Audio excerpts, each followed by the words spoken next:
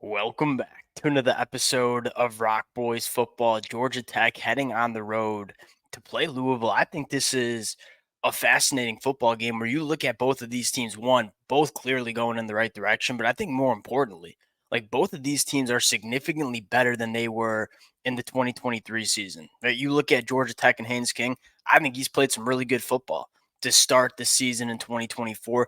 We all knew Haynes King had a ton of juice. Like, this is one of the more dynamic quarterbacks that we see in the ACC. The question was, can this defense take a step in the right direction? Can Haynes King cut down on the turnovers? I think both of those have happened to start the 2024 season. Then you look at Louisville and say, we kind of said it in the offseason. I'll kind of stand by it. Tyler Shuck is way better in this Louisville offense. And I get you haven't necessarily played elite competition throughout the first two games of this 2024 season. That being said, if you're a Louisville fan, I think it is very clear that Tyler Shuck brings more ability to this Louisville offense than Jack Plummer did last year, and what he can do outside of the pocket, how he can throw off platform. Let's just kind of phrase face it. Like, Louisville won a lot of football games in 2023 with quarterback play that I would probably put below average in the ACC. That's why I was so intrigued about Louisville coming into 2024. Like, if Tyler Shuck stays healthy, this is a massive upgrade at the quarterback spot. And I think they got better in the transfer portal. Now, they don't have as easy of a schedule as they did in 2023, but I think they're a significantly better football team than what we saw in 2023. And two teams in Georgia Tech and Louisville that, you talk about the ACC title contenders 4 or 5 weeks ago before we kicked off. Yeah, Clemson, Florida State, Miami, NC State, Virginia Tech. Those were kind of the hot teams. I felt like Louisville probably should have been up there. And quite frankly, Georgia Tech has played their way into this ACC team that I don't know if I'm sitting here saying they're going to make an ACC championship game, but you can damn bet that they're going to be a hard team for a lot of teams to beat because of what Haynes King and that firepower can do on the offensive side of the football. Fired up to get into, a few key players, key matchups that I'm looking for. Now, before we get into it, as always, just want to say thank you to you guys. These game predictions, game previews, they've been a blast for me. And the amount of support y'all have shown the boys has been absolutely amazing. Appreciate you guys. If y'all do enjoy the content, consider subscribing to the channel. And without further ado, before we get into it, let it fly in the comment section. I think this is a fascinating game, a game that you can look at from a lot of different angles. So whether you agree with me, whether you disagree with me, would love to hear from you guys in the comment section. Now, without further ado, let's get into this one. And I want to start with this Louisville offense going up against the Georgia Tech defense that I don't think is great yet, but you can tell it's getting a lot better. Like, I think Brent Key and Georgia Tech doing a phenomenal job. You look at what Tyler Santucci has brought to this Georgia Tech defense. They are more physical. They are clearly know what they're doing more. You go back to last year, like the busted coverages, just the sloppy performance on the defensive side of the football. This unit is playing much, much better than it did in 2023. And is it going to be an overnight switch? No, but you can clearly tell they're going in the right direction. Now, you take a look at this Louisville offense.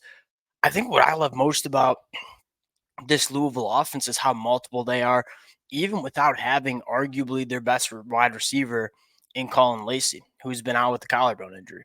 49 points per game, number 4 in the country, 8.6 yards per play. That's number 2 in the country. Now, Georgia Tech's going to be by far the best defense Louisville has seen. But I think one of the advantages that Louisville has in this football game is they haven't put a ton on film. Like, you go back and watch those games specifically against Jacksonville State in the opener, it's pretty vanilla. Like, we know there's a lot more to this Coach Brohm offense than we've seen throughout the first two games. They're coming off a bye, no doubt have installed some packages and plays that they like a lot with Georgia Tech, but there's so many different ways that they can get after an opposing defense. And I think it starts in one kind of advantage that I look at in this football game. You look at what Florida State had some success with against Georgia Tech, and quite frankly, Syracuse had some success as well, getting to the perimeter.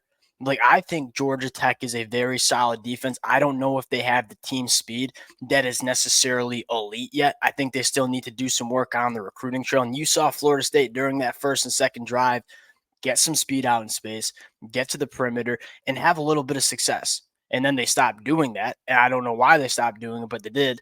You look at Louisville, It's speed, man. Like there is so much speed on this Louisville offense. You start with the running backs. I mean, they got what, four or five running backs that they are clearly comfortable playing. Yeah, true freshman Isaac Brown. That kid has absolute jets attached to his feet. He's not necessarily the biggest running back, but this kid has just a different level of juice when he has the football in his hands. One of the things I'm looking at is how creative can Coach Brown get in terms of how he wants to run the football. I think this Louisville offensive line is really good, but it's really athletic. So they can run some of those outside zone concepts, getting out to the perimeter, but they can also go right between the tackles. I think this is one of the more underrated offensive lines, not only in the ACC, but in the country. And so I think Louisville has a chance to run the football in a lot of different ways and maybe attack some of the lack thereof of team speed on the Georgia Tech defense, specifically at the linebacker spot.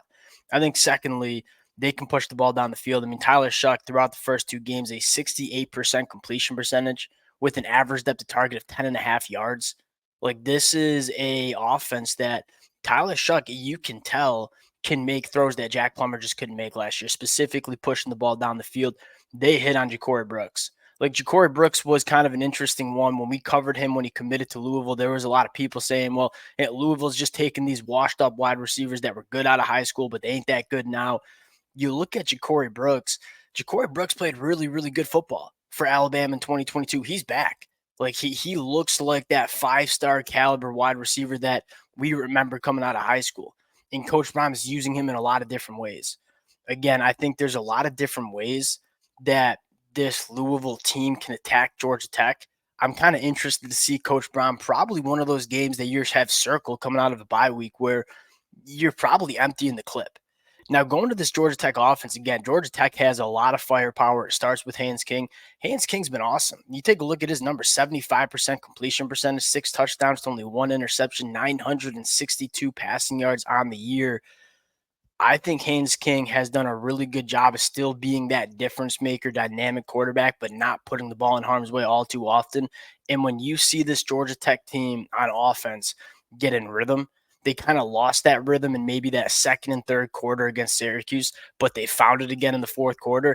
They're really hard to stop. I think they have a veteran offensive line that certainly can run the football. They want to run the football, right? 5.6 yards per carry. That's number 27 in the country. Not only Haynes King, but Jamal Haynes as well. And then they have two receivers that are legitimate dudes, right? Eric Singleton and Malik Rutherford are difference makers on the outside. Now, how can Louisville deal with some of that? One, I think Louisville's secondary is really, really dang good. That Louisville defense last year, in my mind, was one of the more underrated units, not only in the ACC, but in the country. And I think they are holding serve. They made some nice additions in the transfer portal. They still have some difference makers on the defensive line, highlighted by Ashton Gelati. I think that's going to be a really intriguing matchup. Now, you get into the pick here. 10 and a half points is a lot. Now, Louisville's at home. I think it's going to be a it's going to be a rowdy crowd. I think there's a reason Louisville's a top 20 team in the country. I don't necessarily feel great about Louisville covering 10 and a half points because I am pretty dang high on this Georgia Tech team, but I'm going to take Louisville to win this football game. I think there are more ways that Louisville can attack Georgia Tech than vice versa. And I think they're probably a little bit more of a complete team. Like, I think this Georgia Tech defense has gotten better. I just don't necessarily think they're a great defense in the ACC yet.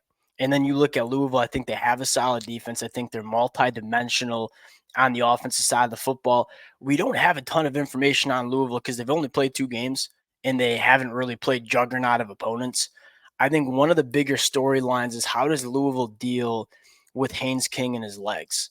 Because you go back to the Jacksonville State game, Jacksonville State kind of got after him a little bit with the quarterback run game and getting the quarterback involved in different ways.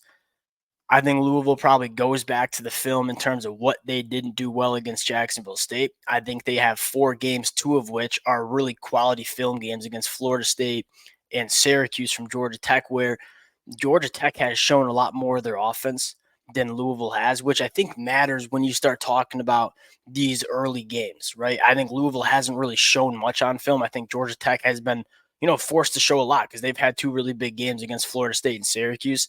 For that reason, I'm going to go with Louisville, but you make no mistake about it.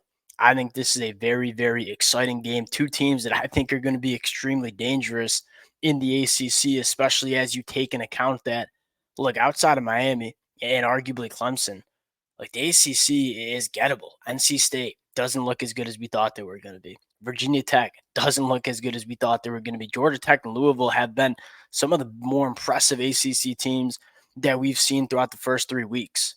So give me Louisville, but I think it's going to be a fun game. Kind of like the over here too, because I think both of these offenses are explosive. And I think they can hit some plays. We'll close it out there. Appreciate you guys rocking with the fellas. Again, if y'all do enjoy the content, consider subscribing to the channel. Appreciate you guys, and we'll talk to y'all later. Peace.